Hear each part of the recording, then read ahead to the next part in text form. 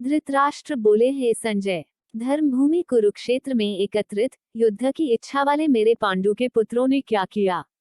एक संजय बोले, उस समय राजा दुर्योधन ने व्यूह रचनायुक्त पांडवों की सेना को देखकर और द्रोणाचार्य के पास जाकर यह वचन कहा, दो हे आचार्य, आपके बुद्धिमान शिष्य द्रुपद पुत्र धृष्टद्युम्न के द्वारा व्यूहाकार खड़ी की हुई पांडुपुत्रों की इस बड़ी भारी सेना को देखिए। तीन इस सेना में बड़े बड़े धनुषों वाले तथा युद्ध में भीम और अर्जुन के समान शूरवीर सात्यकी और विराट तथा महारथी राजा द्रुपद, धृष्टकेतु और चेकितान तथा बलवान काशीराज, पुरुजित, कुंतीभोज और मनुष्यों में श्रेष्ठ शाव्य, पराक्रमी, युधामन्यु तथा बलवान उत्तमौजा, सुभद्रापुत्र अभिमन्यु और द्रौपदी के पांचों पुत्र, ये सभी महारथी हैं।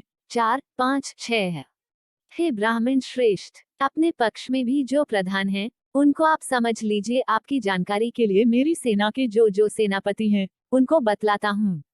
आप द्रोणाचार्य और पितामह भीष्म तथा कर्ण और संग्राम विजय कृपाचार्य तथा वैसे ही अश्वत्थामा, विकर्ण और सोमदत्त का पुत्र भूरिश्रवा 8 और भी मेरे लिए जीवन की आशा त्याग देने वाले बहुत से शूरवीर अनेक प्रकार के अस्त्रों शस्त्रों से सुसज्जित और सबके सब युद्ध में चतुर हैं। 9 भीष्म पितामह द्वारा रक्षित हमारी वह सेना सब प्रकार से अजेय है और भीम द्वारा रक्षित इन लोगों की यह सेना जीतने में सुगम है। 10 कौरवों में वृद्ध बड़े प्रतापी पितामह भीष्म ने उस दुर्योधन के हृदय में हर्ष उत्पन्न करते हुए उच्च स्वर से सिंह की दहाड़ के समान गरजकर शंख बजाया। 12 इसके पश्चात शंख और नगारे तथा ढोल, मृदंग और नरसिंघे आदि बाजे एक साथ ही बज उठे। उनका वह शब्द बड़ा भयंकर हुआ। 13 इसके अनंतर सफेद घोड़ों से युक्त उत्तम रथ में बैठे हुए श्री कृष्ण महाराज और अर्जुन ने भी अलौकिक शंख बजाए। 14 श्री कृष्ण महाराज ने पांचजन्य नामक, अर्जुन ने देवदत्त नामक और भयानक कर्म वाले भीमसेन ने पौंड्र नामक महाशंख बजाया। 15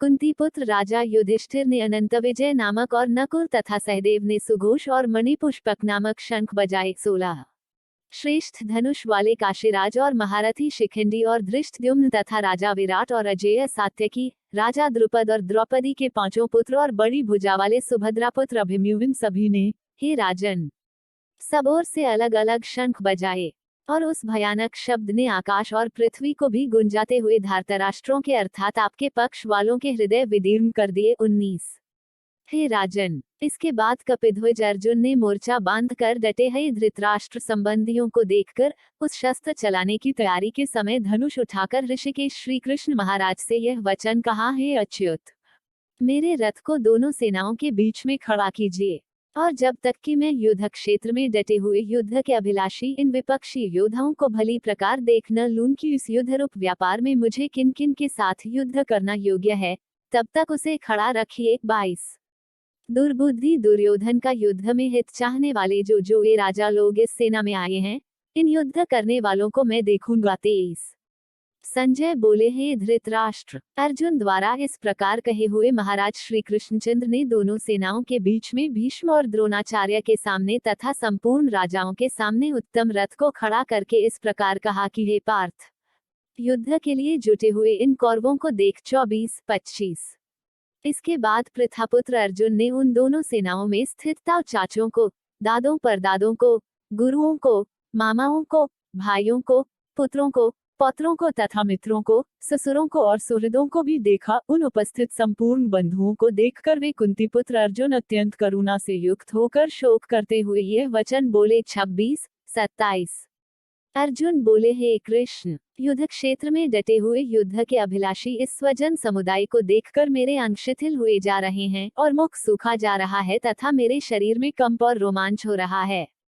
हाथ से गांडीव धनुष गिर रहा है और त्वचा भी बहुत जल रही है तथा मेरा मन भ्रमित हो रहा है, इसलिए मैं खड़ा रहने को भी समर्थ नहीं हूँ। 30 हे केशव, मैं लक्षणों को भी विपरीत देख रहा हूँ तथा युद्ध में स्वजन समुदाय को मारकर कल्याण भी नहीं देखता। 31 हमें जिनके लिए राज्य, भोग और सुखादि अभीष्ट हैं, वही ये सब धन और जीवन की आशा को त्याग कर युद्ध में खड़े हैं। 33 गुरुजन, ताऊ चाचे, लड़के और उसी प्रकार दादे, मामे, ससुर, पौत्र, साले तथा और भी संबंधी लोग हैं। 34 हे मधुसूदन, मुझे मारने पर भी अथवा तीनों लोकों के राज्य के लिए भी मैं इन सबको मारना नहीं चाहता, फिर पृथ्वी के लिए तो कहना ही क्या। 35 हे जनार्दन, धृतराष्ट्र के पुत्रों को मारकर हमें क्या प्रसन्नता होगी? इन आताइयों को मारकर तो हमें पाप ही लगेगा। 36। अतएव हे माधव, अपने ही बांधव धृतराष्ट्र के पुत्रों को मारने के लिए हम योग्य नहीं हैं, क्योंकि अपने ही कुटुंब को मारकर हम कैसे सुखी होंगे। 37। यद्यपि लोभ से भ्रष्टचित हुए ये लोग कुल के नाश से उत्पन्न दोष को और मित्रों से विरोध करने में पाप को नहीं देखते, तो भी हे जनार्दन, कुल के नाश से उत्पन्न दोष को जानने वाले हम लोगों को इस पाप से हटने के लिए क्यों नहीं विचार करना चाहिए? कुल के नाश से सनातन कुल धर्म नष्ट हो जाते हैं। धर्म के नाश हो जाने पर संपूर्ण कुल में पाप भी बहुत फैल जाता है। 40। हे कृष्ण, पाप के अधिक बढ़ जाने से कुल की स्त्रियां अत्यंत दूषित हो जाती हैं। और हे वार्षण्य, स्त्रियों के दूषित हो जाने पर वर्ण संकर उत्पन्न होता है। 41। वर्ण संकर कुलघातियों को और कुल को नरक में ले जाने के लिए ही होता है। लुप्त हुई पिंड और जल की क्रिया वाले अर्थात श्राद्ध और तर्पण से वंचित इनके पितर लोग भी अधोगति को प्राप्त होते हैं। 42। इन वर्ण संकर कारक दोषों से कुलघातियों के सनातन कुल धर्म और जाति धर्म नष्ट हो जाते हैं। 43। हे जनार्दन, जिनका कुल धर्म नष्ट हो गया है, ऐसे मनुष्यों का अनिश्चित काल तक नरक में वास होता है, ऐसा हम सुनते आए हैं। हाँ शोक, हम लोग बुद्धिमान होकर भी महान पाप करने को तैयार हो गए हैं, जो राज्य और सुख के लोभ से स्वजनों को मारने के लिए उद्यत हो गए हैं। 45। यदि मुझ शस्त्ररहित और सामना न करने वाले को शस्त्र हाथ में लिए हुए धृतराष्ट्र के पुत्र रण में मार डाले तो वह मारना भी मेरे लिए अधिक कल्याणकारक होगा। 46। संजय बोले, रणभूमि में शोक से उद्विग्न मन वाले अर्जुन इस प्रकार कहकर बाण सहित धनुष को त्याग कर रथ के पिछले भाग में बैठ गए। 47। इस प्रकार उपनिषद, ब्रह्म विद्या तथा योग शास्त्रों रूप श्रीमद् भगवद गीता के श्री कृष्ण अर्जुन